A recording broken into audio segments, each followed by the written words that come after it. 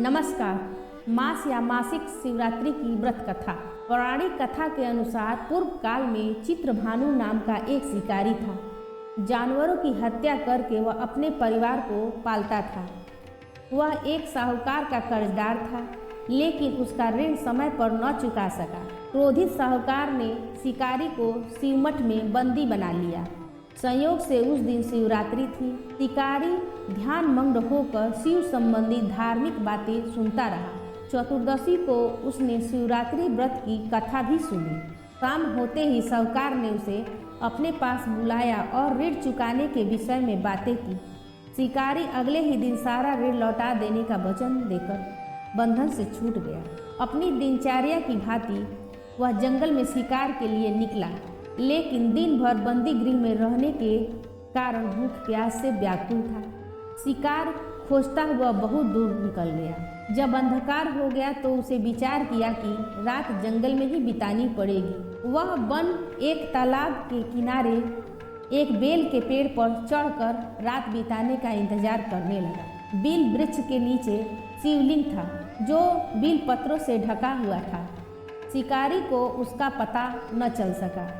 पड़ाव बनाते समय उसने जो टहनियों तोड़ी वे संयोग से शिवलिंग पर गिरती चली गई। इस प्रकार दिन भर भूख प्यास से शिकारी का व्रत भी हो गया और शिवलिंग पर बेलपत्र भी चढ़ गए। एक पहर रात्रि बीत जाने पर एक गर्भिणी हिरनी तालाब पर पानी पीने पहुंची।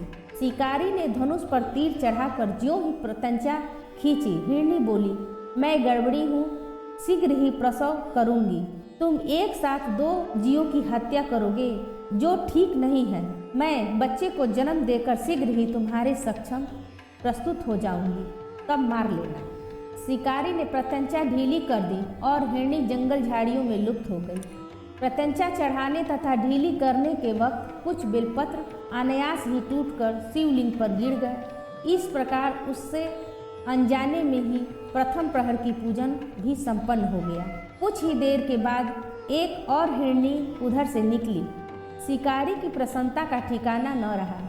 समीप आने पर उसने धनुष बाण चढ़ाया।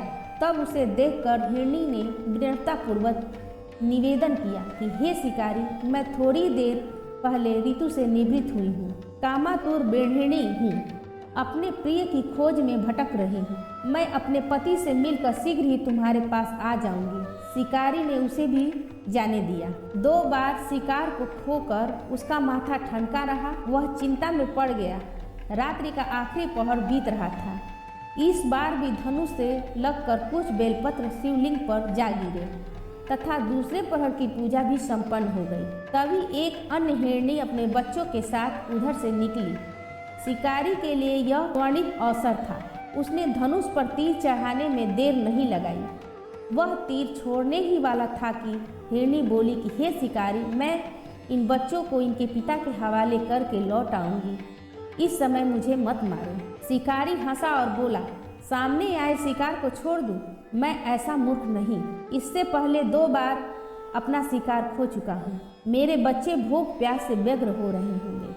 उत्तर में हिरनी ने फिर कहा, जैसे तुम्हारे अपने बच्चे की ममता सता रही है, ठीक वैसे ही मुझे भी हे शिकारी मेरा विश्वास करो। मैं इन्हें इनके पिता के पास छोड़कर तुरंत लौटने की प्रतिज्ञा करती हूँ।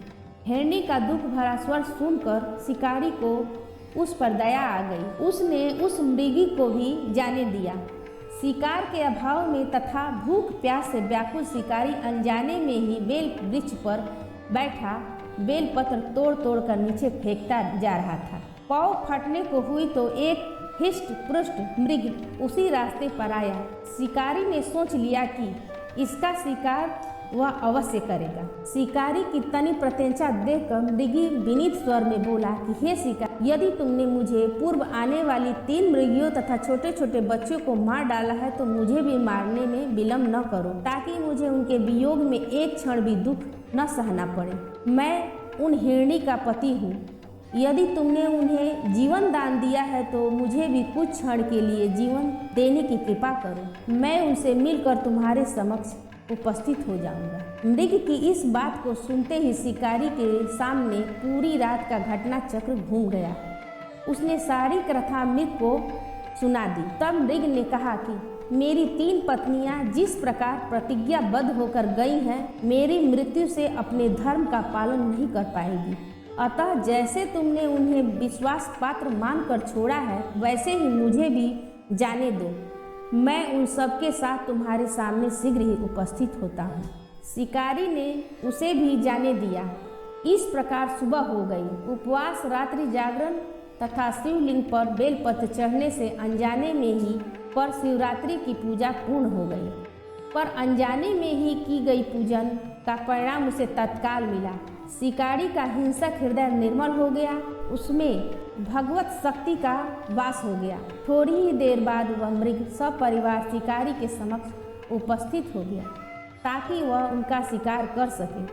किंतु जंगली पशुओं की ऐसी सत्यता, सात्विकता, एक समूह प्रेम भावना देखकर शिकारी को बड़ी ग्लानि हुई। उसने मृग परिवार को जीवन दे दिया। अनजाने में शिवरात्रि के व्रत का पालन करने पर भी शिकारी को मोक्ष की प्राप्ति हुई। जब मृत्यु काल में यमदूत उसके जीवन को ले जाने आए तो शिवगणों ने उन्हें वापस भेज दिया तथा शिकारी को शिवलोक ले गए।